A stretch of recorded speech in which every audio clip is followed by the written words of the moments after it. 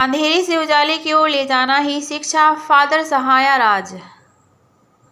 अभिभावक बच्चों को समय देकर उनके मित्र बने। अमरोहा।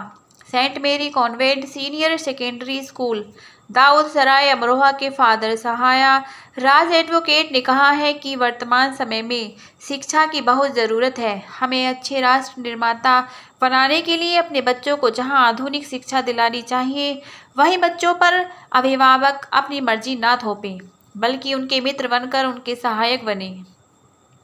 5वें फादर के रूप में सेंट मेरी स्कूल अमरोहा के आए फादर सहाया राज एडवोकेट राष्ट्रीय इत्तेफाक से बातचीत करते हुए कहते हैं कि वर्तमान में नवीनतम शिक्षा की ज़रूरत है। हमें समय के साथ चलना होगा ताकि अच्छे भविष्य निर्माता बना सकें। अभिभावकों को कभी भी अपनी मर्जी नहीं थोपनी चाहिए। बच्चों को अपनी पसंद के क्षेत्र में जाने दें ताकि वो अपनी प्रतिभा को निखार सकें।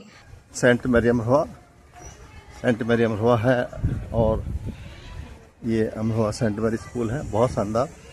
हम आपकी बात कराते हैं फादर सहाय राज जी से और सहाय राज जी के पास चलते हैं और आपकी बात कराते हैं उन्हें बच्चों को क्या करना चाहिए और गार्जियन से क्या नहीं करना चाहिए। फादर सहाय चलते हैं और आपकी बात करते हैं फादर सहाय राज सेंट मेरी स्कूल अमरोहा। सेंट मेरी के फादर मिस्टर सहाय राज जी और सहाय राज जी यहाँ मेरे ख्याल से तीसरे फादर हैं ना सेंट मेरी अमरोहा में। चौथे फादर पांचवें फादर हैं सेंट मेरी में, सेंट मेरी अमरोहा में सहाय राज जी। बहुत धन्यवाद साहब आपका अमरोहा आगमन पर, अमरोहा आए। Thank you. अच्छा फादर जी, मैं आपको डिस्टर्ब नहीं करना चाहता ज़्यादा। ये जो हमारी आज की शिक्षा है, तो वर्तमान में शिक्षा में परिवर्तन की जरूरत है या नहीं? बहुत ज़रूरत है। एजुकेशन के बिना तो कुछ नहीं हो सकता। समाज के विकास के लिए, हर एक व्यक्ति के विकास के लिए एजुकेशन बहुत ज़रूरी है और टाइम के साथ साथ चलना बहुत ज़रूरी है। लेटेस्ट टेक्नोलॉजी जो आते हैं उनको पॉजिटिवली इस्तेमाल करना बहुत ज़रूरी है, जिससे बच्चों को सही ज्ञान मिले और बच्चे समय के साथ अपने आप को अपडेट कर सकें।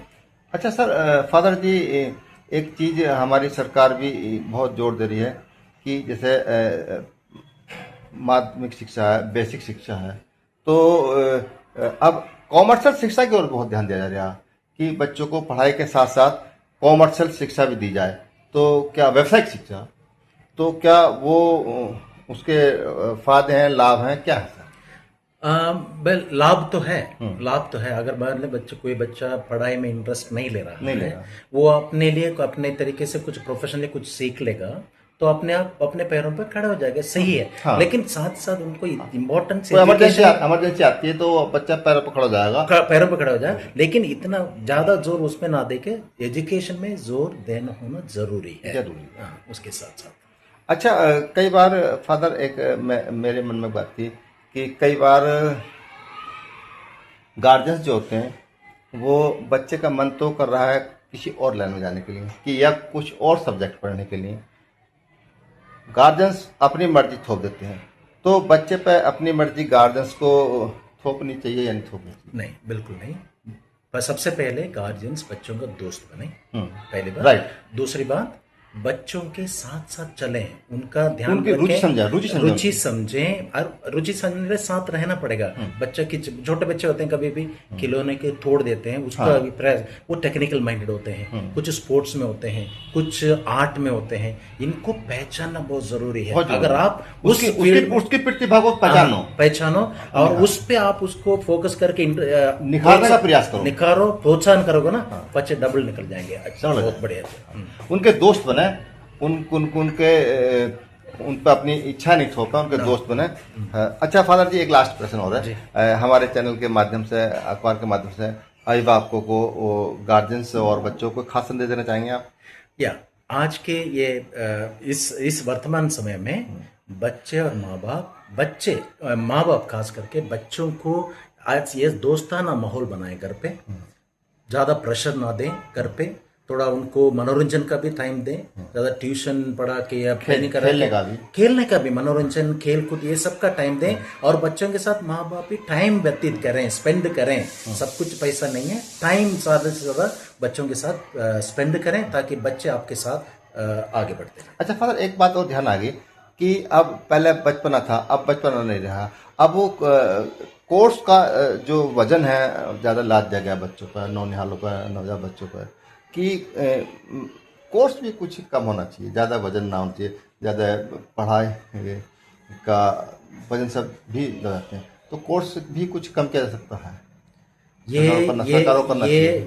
डिपार्टमेंटल तरीके के विचार किया जाए। विचार करना चाहिए, ज्यादा वजन ना हो, जो विचार करना चाहिए, ये तो डिपार्टमेंट का, सरकार को करना चाहिए, सरकार को डिपार्टमेंट की बात है।